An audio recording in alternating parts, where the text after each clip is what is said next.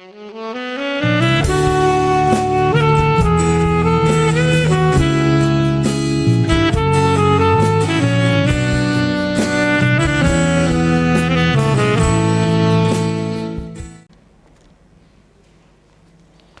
17,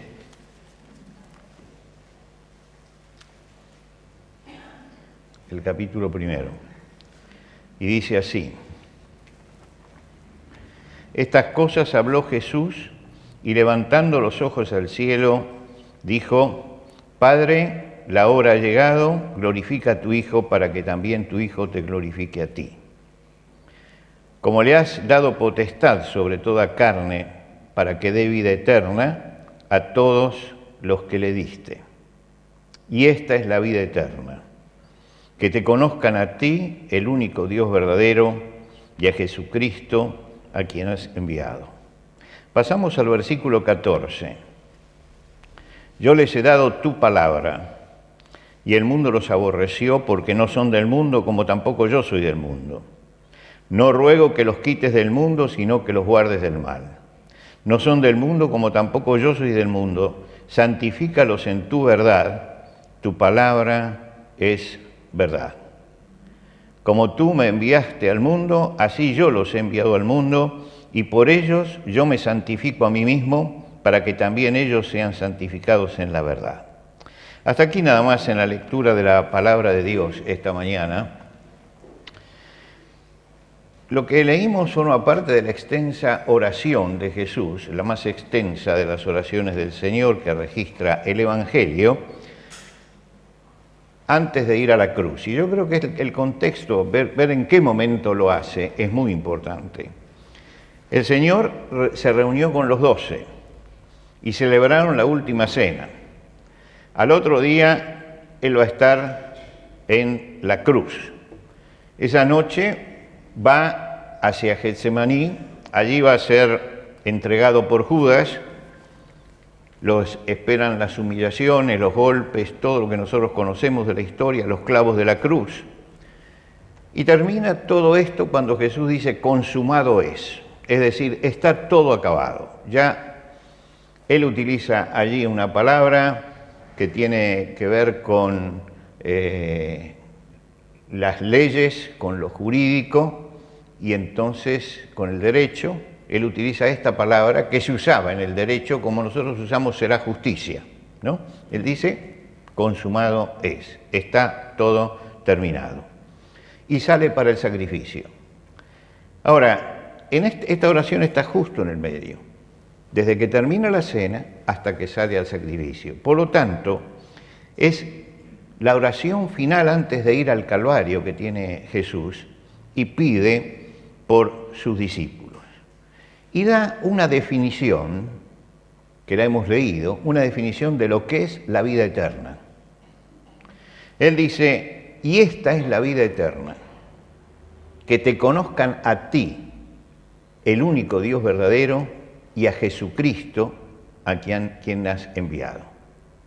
Quiere decir que el Señor está señalando y está definiendo que la salvación del hombre depende de que conozcan a la persona de Dios y que conozcan la obra redentora de Dios. Dos cosas: la persona y la obra redentora. Él dice: esto es la vida eterna. Tienen que conocer estas dos cosas. No todo el que cree que conoce al Señor lo conoce. Se puede uno engañar a sí mismo creyendo que conoce a Dios y que conoce al Señor. Recuerdan ustedes que en el Evangelio de Juan nos cuentan de Nicodemo, que llegó a Jesús de noche, un hombre dedicado a lo espiritual, que conocía bien el Antiguo Testamento, que era maestro y enseñaba el Antiguo Testamento, y fue a Jesús porque tenía una inquietud, quería conocer algo. Pero la palabra con que él inicia el diálogo con Jesús es sabemos, sabemos, sabemos. El conocimiento de Nicodemo provenía de lo que veía y escuchaba.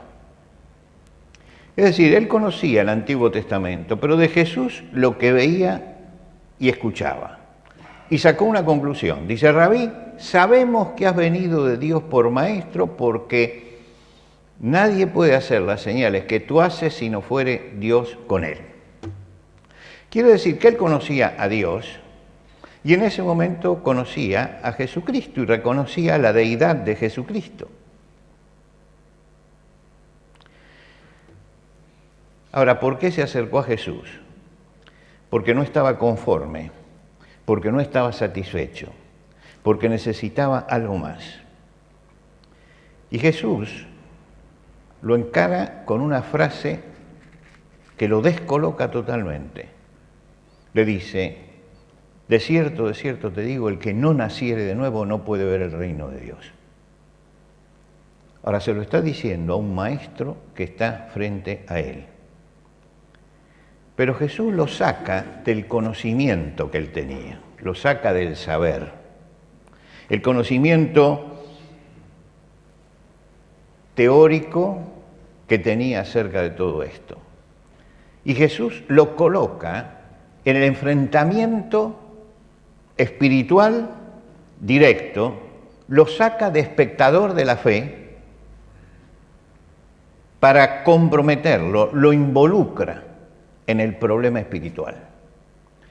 Y describe una operación que él no conoce, el nuevo nacimiento.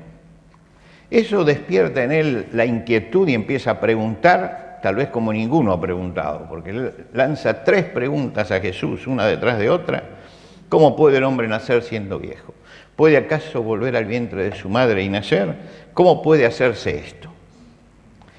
Estas preguntas son preguntas que lo afectaban a él personalmente. Porque Jesús le dijo, no puedes ver el reino de Dios. Lo que quiere decir que estas preguntas surgen de alguien que tenía una seguridad de que él tenía un conocimiento especial de Dios y de pronto lo sacude la palabra de Jesús para decirle, no, mira, hay cosas que te están faltando. Y lo que te falta es fundamental, porque sin esto que te falta no podés entrar en el reino de Dios. Imagínense a un hombre que está dedicado a eso durante toda su vida que le hace esa afirmación. Jesús le está diciendo, no se puede en la fe ser simplemente un observador. Hay que sacar conclusiones para la propia vida y comprometerse. Y por eso le dijo, hay que comprometerse en este momento. Como Nicodemo, nosotros muchas veces podemos leer la Biblia y observar cosas en la Biblia y sacar conclusiones, pero no comprometernos con esa palabra. Y entonces el conocimiento de la palabra de Dios no nos sirve en nuestra vida.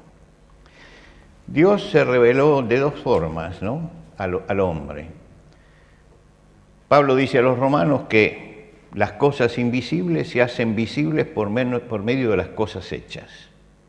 Y ahí uno entiende la grandeza de Dios. Cualquiera que haya ido a alguno de estos lugares maravillosos, naturales, se da cuenta que hay algo que pasa en la persona que lo lleva a admirar y a decir, esto está denunciando que hay un creador detrás.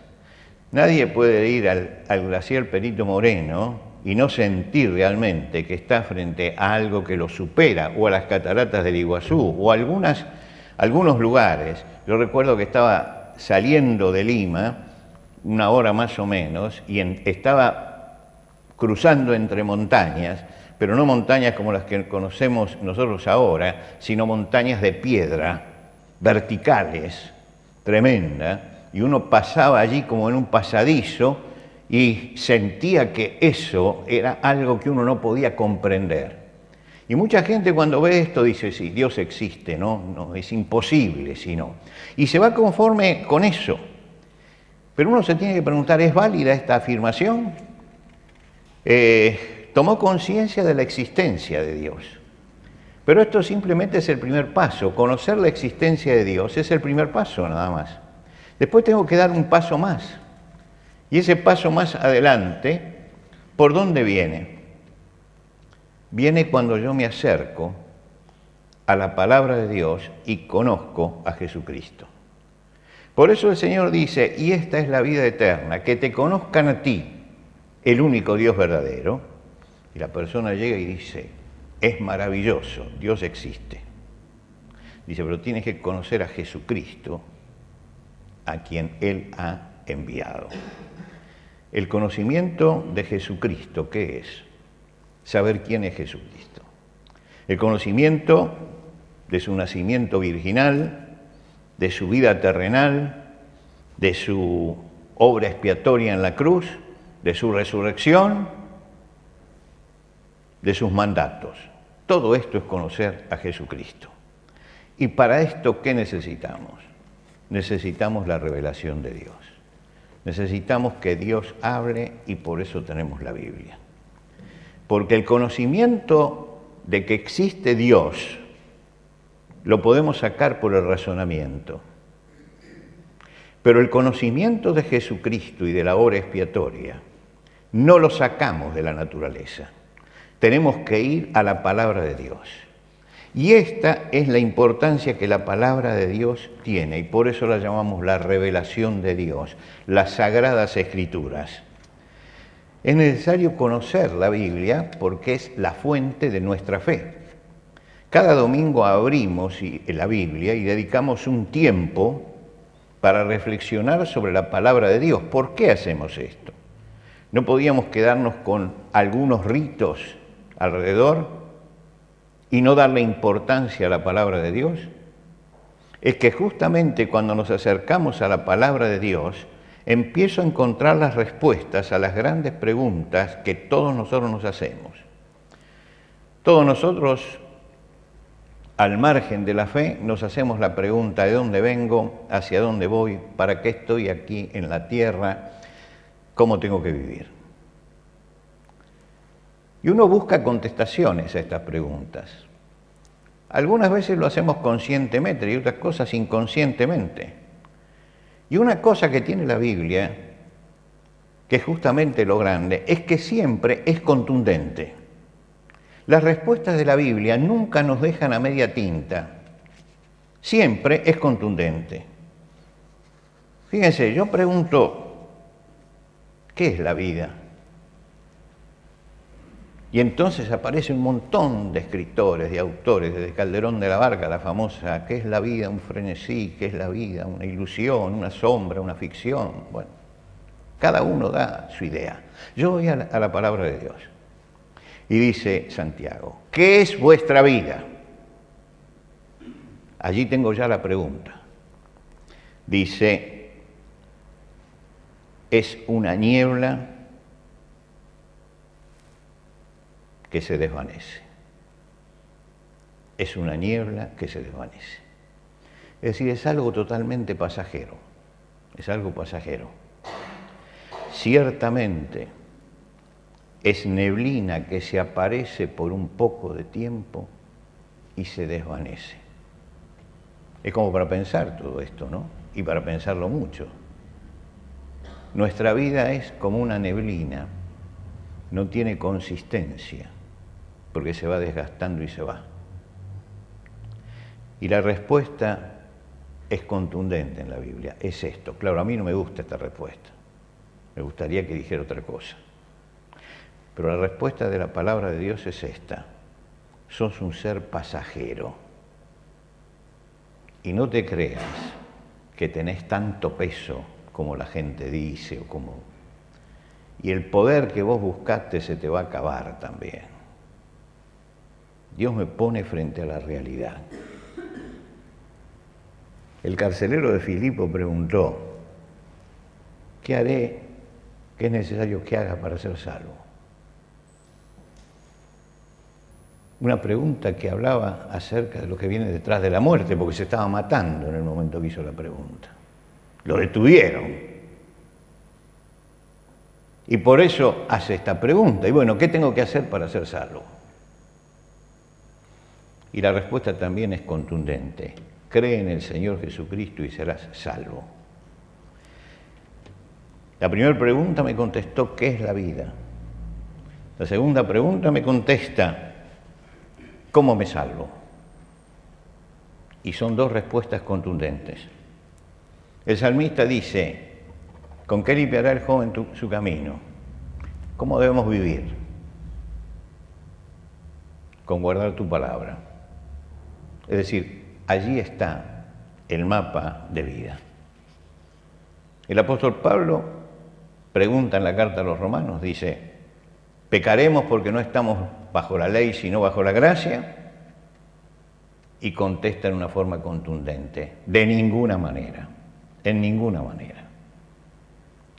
Es decir que a una pregunta importante da siempre la Biblia una respuesta segura, una respuesta contundente. Ahora, cuando voy a la palabra de Dios, me encuentro con que hay normas fijas en la palabra de Dios. Hay un solo nivel de conducta para el cristiano, no hay varios niveles, sino un solo nivel de conducta. Y la palabra de Dios define los temas fundamentales. Después nosotros lo tenemos que implementar en nuestra vida y en la sociedad en la que vivimos y la relación que tenemos con esa sociedad, pero el tema fundamental siempre está definido en la Biblia.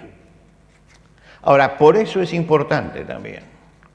Por eso es capital conocer la Biblia. ¿Por qué? El salmista dice, forastero soy en la tierra, forastero soy en la tierra.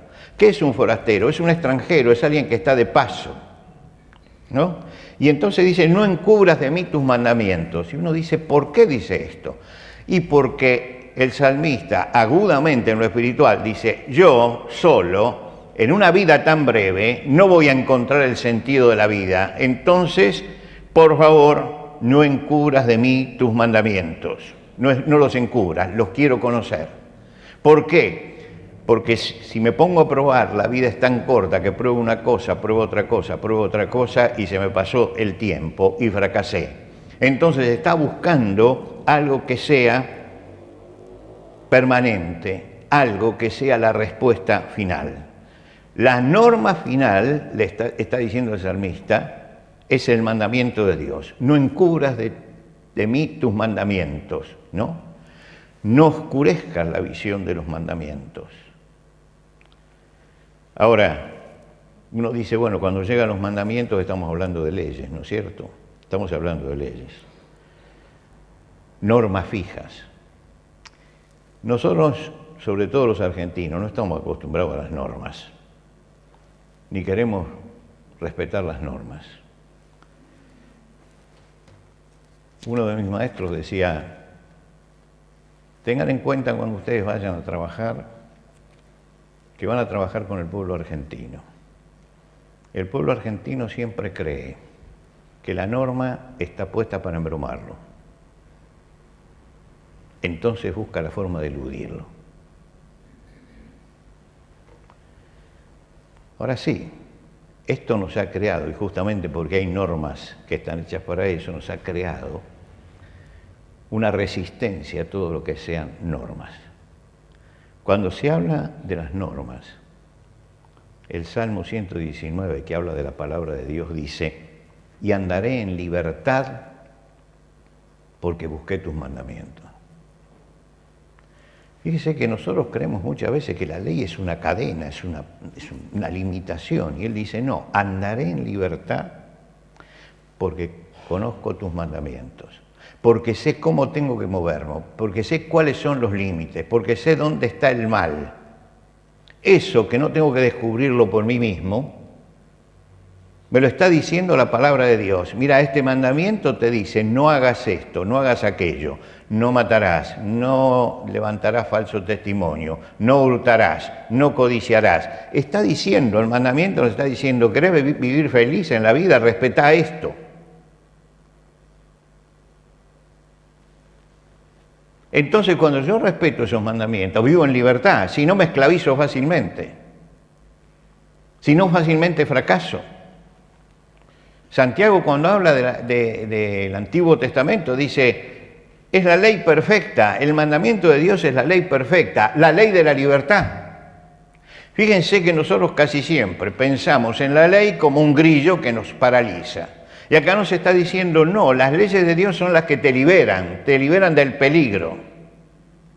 te liberan de las cosas por las cuales podés fracasar en la vida, te libera de todo aquello que realmente te va a traer dolorosas consecuencias. Por lo tanto, acá están las leyes. Dios no fuerza a nadie a que cumpla sus leyes, cada uno las tiene allí y hace con las leyes lo que quiera. Pero tenemos que aprender a respetar esas leyes si queremos realmente tener satisfacción en nuestra vida. El marcar los límites es importante. Es importante. No existe la libertad absoluta sin límites, que es lo que se está buscando ahora. Hago lo que quiero. Todo este hago lo que quiero va a traer consecuencias en el tiempo. El hombre no se da cuenta de lo que está haciendo, pero va a traer consecuencias en el tiempo. Se está destruyendo, en nuestro país se está destruyendo la familia, por ejemplo. Destruyendo la familia. Y exaltando todo lo que no es la familia, todo lo que destruye la familia. No se está respetando la vida y se exalta todo lo que es destruir la vida. Es una forma de libertad. Si usted mata a su hijo antes de nacer, entonces usted es libre, porque es dueño de su propio cuerpo. Y si usted al abuelito lo manda para que lo maten, la eutanasia, ¿no? Usted se siente feliz y libre porque usted tiene que vivir en libertad y usted tiene que realizarse. No va a gastar el tiempo en este viejo. Esto es lo que dice la sociedad. Es doloroso, pero es lo que dice. Es lo que nos está diciendo permanentemente. Esto nos trae consecuencias en el tiempo, porque estamos socavando las bases mismas. El respeto a la vida y el respeto a la familia son las bases mismas de una sociedad y nos estamos olvidando de eso. ¿Por qué? Porque sentimos que el mandamiento me limita. No, el mandamiento me está diciendo no lo hagas porque te vas a estrellar. Y Dios deja que lo hagamos. Y alguno dice, ¿por qué Dios no hace algo? Porque Él ya, como dice el Señor, yo ya le he dado tu palabra, yo ya les dije lo que tienen que hacer. Ya está, ya está. Para llegar a conocer al Señor, tengo que establecer una relación con Él. Una relación entre el Dios que habla y el hombre que escucha. El conocimiento de Dios no está en que yo conozca la Biblia. Uno puede conocer la Biblia y no conocer a Dios realmente. Conocer la Biblia no es conocer a Dios. Conocer la Biblia es conocer acerca de Dios. Cualquiera toma la Biblia, la lee y conoce acerca de Dios.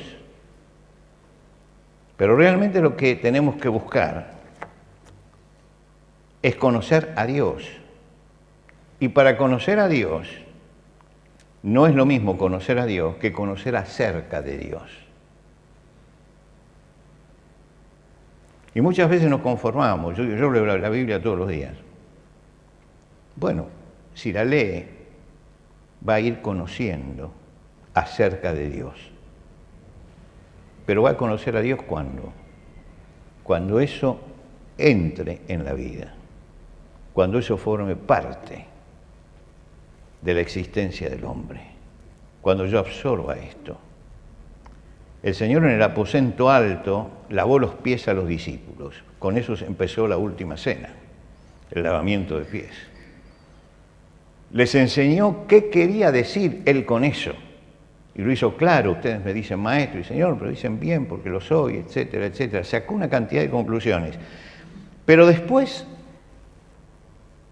les dice, si sabéis estas cosas, bienaventurados seréis si las hicieres. Una cosa es saber y otra cosa es hacer. Y el Señor le dice, ustedes saben en este momento, ¿lo vieron? Bueno, ahora hay que hacerlo. Y lo más importante es hacerlo. Cuando uno escucha lo que Jesús les explica, sabe acerca de Dios. Pero va a conocer a Dios cuando practique eso. Y lo mismo pasa con la Biblia.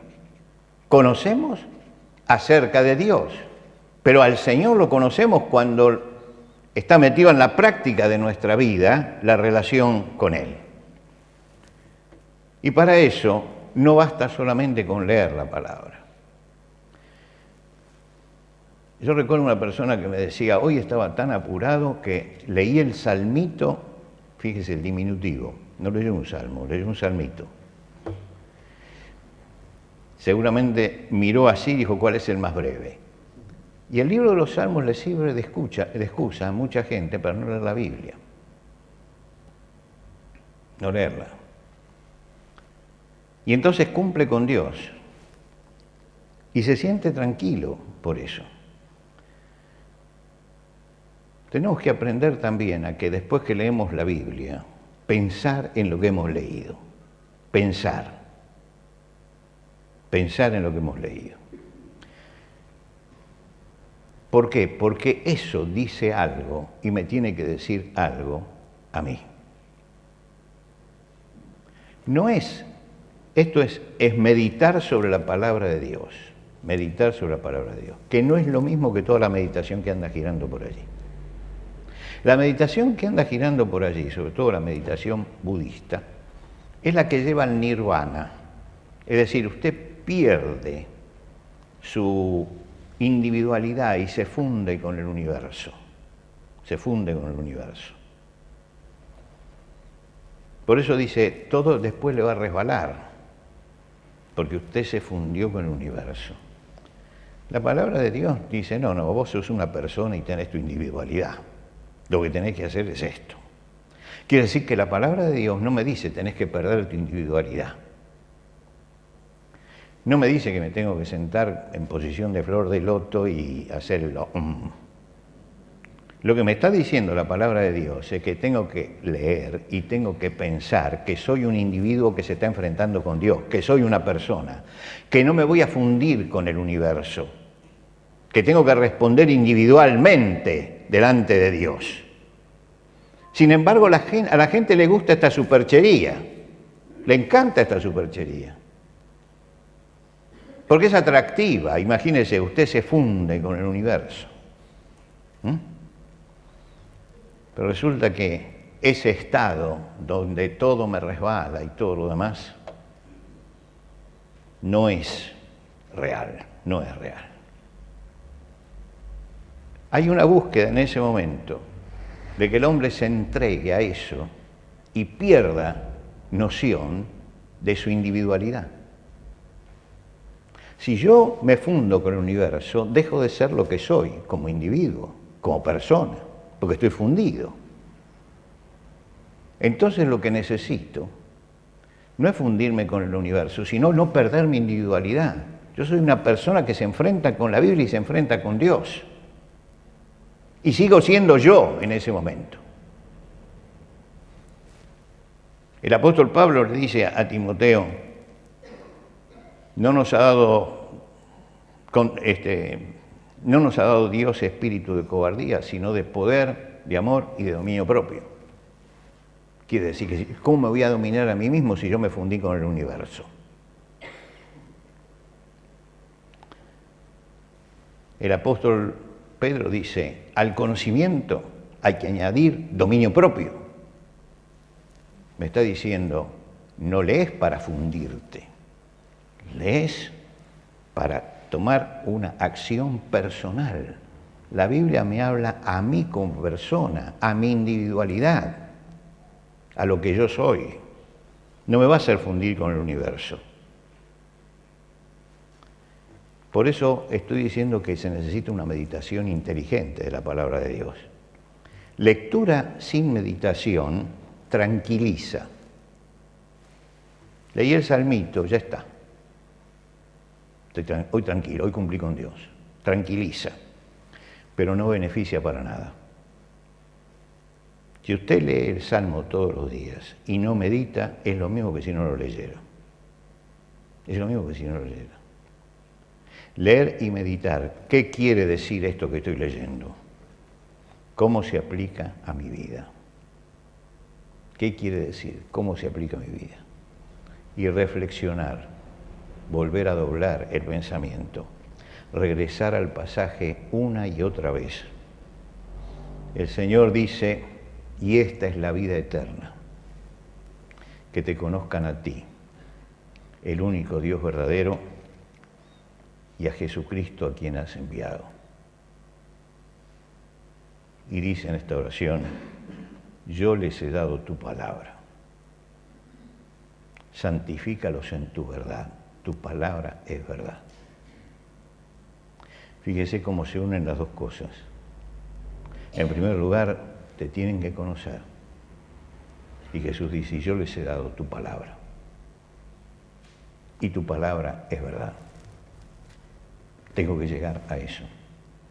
Por eso hoy estamos celebrando el Día de la Biblia. Por eso les dije, traigan su Biblia de papel. ¿No? ¿Usted trajo su Biblia de papel o me vale? Hoy llego a algunas iglesias, esta también, y cuando digo levante su Biblia, me levantan el teléfono. Porque esa es la Biblia. Miren, en el teléfono es muy difícil leer y meditar. Abra la Biblia, póngala allí, lea, relea, marque.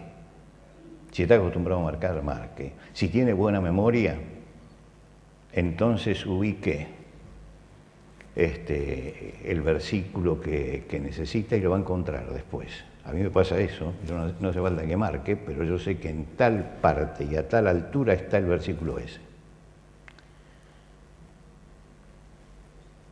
Pero lo importante es que uno lea y medite sobre esa palabra de Dios. Por eso el Señor dijo ese día, al despedirse, en la última oración antes de ir a la cruz, yo les he dado tu palabra. Como diciendo, todo lo que tenían que saber, ya yo se lo dije. Ahora voy a hacer el sacrificio para que puedan cumplir esto, la redención. Pero yo ya les he dicho todo eso. Mis hermanos, hoy celebramos el Día de la Biblia en un país de tinieblas, en un país de oscuridad. Estamos rodeados de una densa oscuridad,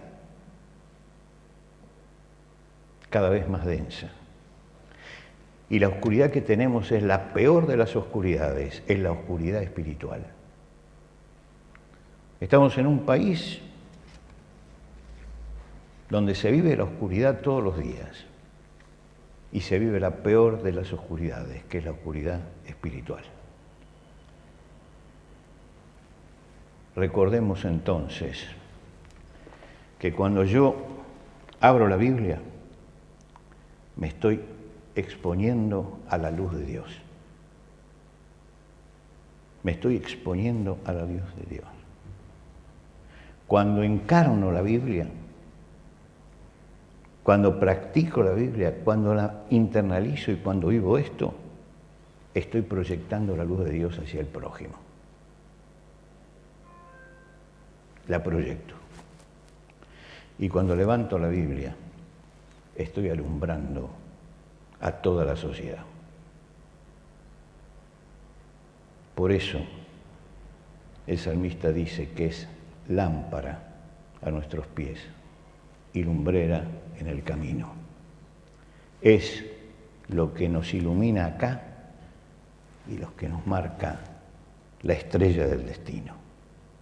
Por eso, demos gracias a Dios, por eso que dijo Jesús, yo les he dado tu palabra. Y tenemos nosotros la palabra de Dios.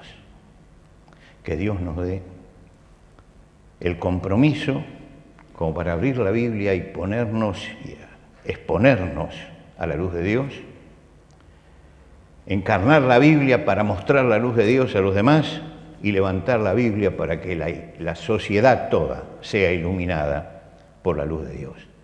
Es la única forma en que va a huir la oscuridad espiritual en la que estamos viviendo y vamos a poder abrirnos a un futuro de luz y de esperanza. Pero es la única forma, es lo único que nos queda. Nuestro compromiso de hoy es, voy a abrir la Biblia y voy a exponerme a la Biblia. No leer simplemente, me expongo a la Biblia.